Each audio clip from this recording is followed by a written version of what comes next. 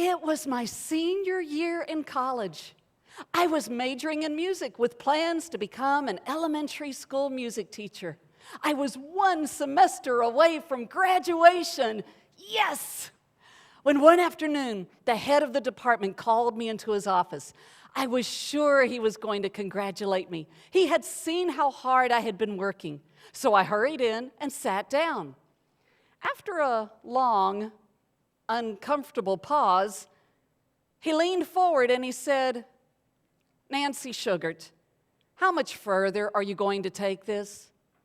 He said, "Nancy Shugart, no principal in the public schools is ever going to hire you. Get out of education. Change your major." Change my major? Did I mention this was my senior year? What would your parents do if you changed your major 4 months before graduation? Now here's my question. Why do some give up while others determine they will be the ones to make it happen? I was 8 years old when my parents and I sat in that ophthalmologist's office in Houston and heard the doctors tell us that there was permanent nerve damage to the retina nerve in both of my eyes, macular degeneration, retinitis pigmentosa. My crystal clear world had now become blurry and out of focus and very confusing. The only tool that I was given at that time to help me adjust to my new blurry world was a tiny magnifying glass. You want me to use that to read my third grade books, I thought? The other kids will tease me. It took me forever just to read one page with that little magnifying glass. Now, my parents were the best parents in the world. They would do anything to help their little girl, so they offered to read my assignments to me. My mom, she was from Denmark. Her native language was Danish, but jeg kan ikke tale dansk, which made it very difficult for me to understand my mom at times. My dad, on the other hand, he was from West Texas. I could understand my mom better than my dad. Another big challenge I was faced with was I was always tripping and falling over things I couldn't see. Not to worry. My 8-year-old mind was never short of creative ideas. I decided all I had to do was find someone going in the same direction I was going and follow right behind them. If there was an obstacle in our path, they walked around it. I unknowingly walked around it. They didn't fall, I didn't fall. It was brilliant. There was just one tiny problem to this system. I ended up going a lot of places I didn't want to go. Into the wrong classroom, into the principal's office, into the boys' bathroom.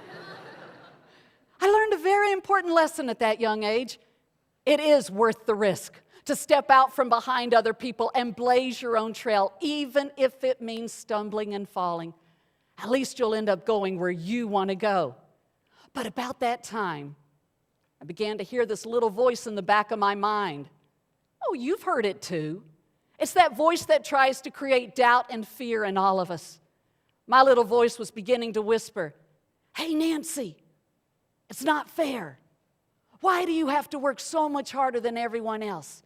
It's not fair." As I entered my teenage years, that little voice grew louder and louder. And by the time I reached high school, I was completely worn out. The way that I now dressed, the language that I now used, shouted to the world, "I don't care anymore." But deep down inside, I cared a lot. I just did not know how to help myself. When the Department of Public Safety said I could not get a driver's license just because I couldn't see, not fair. Thoughts of dropping out of high school began creeping into my mind. After all, my 16-year-old mind reasoned, what's the point in going to high school if I can't take driver's ed? My dream, for as long as I could remember, had always been to be a teacher in the public school system. But now thoughts of giving up on that dream, and yes, even thoughts of giving up on life, began inching their way into my mind. So why didn't I give up? I'll tell you. As I stood at the crossroads, out of absolute desperation, I began to evaluate people. And what I noticed made no sense to me. Here's what I noticed. I saw people who, in my opinion, had everything they could possibly need to live their life stream, and yet so many were not.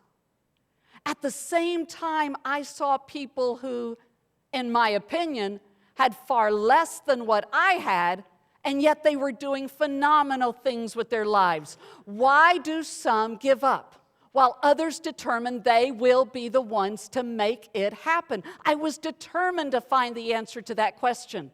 My curiosity just kept pulling me forward. Upon graduating from high school, I did something no one in my family had ever done. I went to college.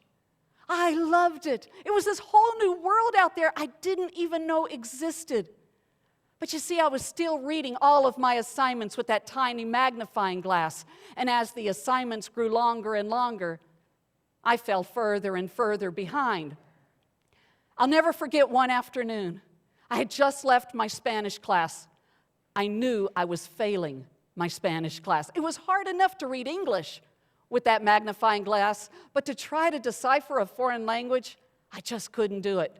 I walked outside, and I just stood outside, and this overwhelming sense of hopelessness washed over me.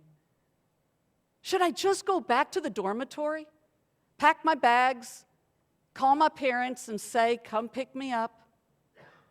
I cannot go on. I quit. But as I stood there, memories of the enormous obstacles I had overcome just to get that far began coming into my mind. Had I come this far to give up now, I thought? No. I made up my mind that afternoon that no matter how difficult, no matter how exhausting, no matter how hopeless things may seem at times, quitting can never be an option. That very afternoon, someone approached me and directed me to go over to the office of the Commission for the Blind. I had never heard of such an office. And besides, my ophthalmologist never told me I was blind. I just knew I couldn't see very well. Well, out of desperation, I found my way over to that office. I walked in, handed the counselor the letter that I had received from my doctor 12 years earlier.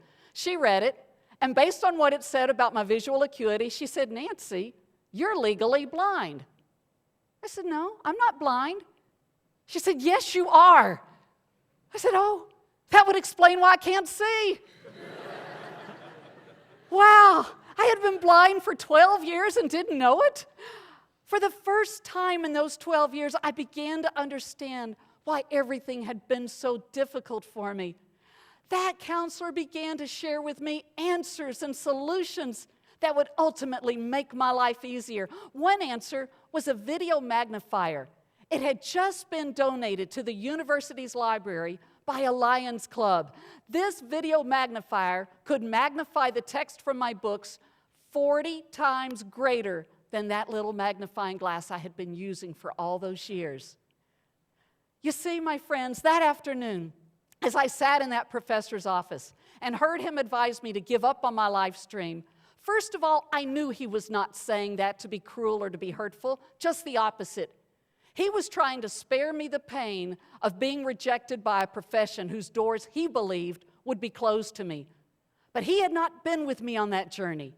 He had not witnessed the enormous obstacles I had overcome to get that far. And he had not stood with me as answers began coming into my life. Today, I have even more answers. Today, I have speech software on my computer.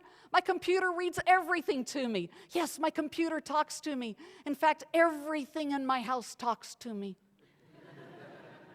And today, I no longer have to worry about tripping and falling when I go out walking, because today I walk with my handsome and precious guide dog. Oh, he thinks he's my sidekick when we're out on the speaking circuit. His name is Porsche. My friends, I may not have a driver's license, but I want you to know I have a Porsche.